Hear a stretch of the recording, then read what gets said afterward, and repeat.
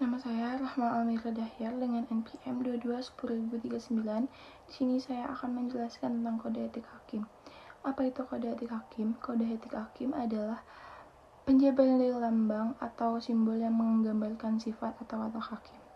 Kode etik hakim dijadikan sebagai pedoman berperilaku dan dalam melaksanakan tugasnya.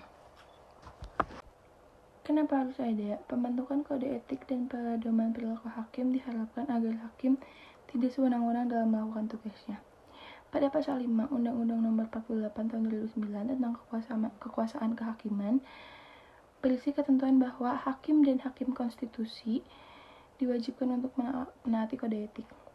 Pasal 5 Undang-Undang Nomor 48 Tahun 2009 tentang kekuasaan kehakiman menjadi bukti bahwa hakim wajib memenuhi kode etik dan pedoman perilaku, tidak boleh mengabaikan kode etik dalam menjalankan tugasnya.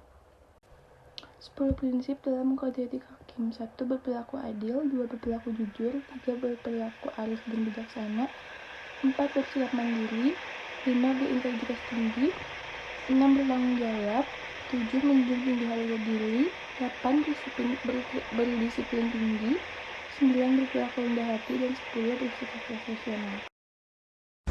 Assalamualaikum warahmatullahi wabarakatuh. Perkenalkan, nama saya Keisha Putrina Karina dengan NPM 2210034. Di sini saya akan mengerjakan UTS Jurisprudensi.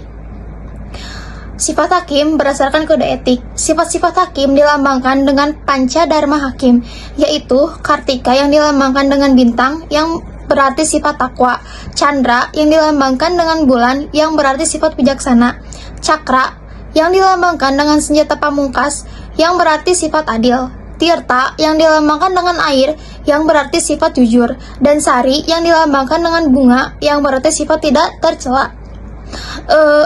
Pelanggaran kode etik. Dalam pelaksanaannya, kode etik hakim tidak selalu berjalan mulus. Ada beberapa kasus pelanggaran kode etik hakim, contohnya sebagai berikut. Sanksi pelanggaran. Sebagai profesi yang mulia, hakim dituntut untuk menjaga kemuliaan profesinya. Pelanggaran terhadap kode etik dan pedoman perilaku hakim akan dikenakan sanksi. Ada 3 jenis sanksi bagi hakim yang melakukan pelanggaran kode etik, yaitu sanksi ringan, sanksi sedang, dan sanksi berat. Sanksi terberat berupa pemberhentian tidak dengan hormat yang diputus melalui majelis kehormatan hakim. Majelis kehormatan hakim yang terdiri dari 4 anggota, KY, dan 3 hakim agung. Kesimpulannya, kode etik hakim merupakan hal yang penting untuk dipatuhi oleh hakim dalam menjalankan tugasnya. Sebagai penegak hukum, pelanggaran kode etik hakim dapat dikenakan sanksi yang lebih berat. Sekian yang dapat saya jelaskan. Wassalamualaikum warahmatullahi wabarakatuh.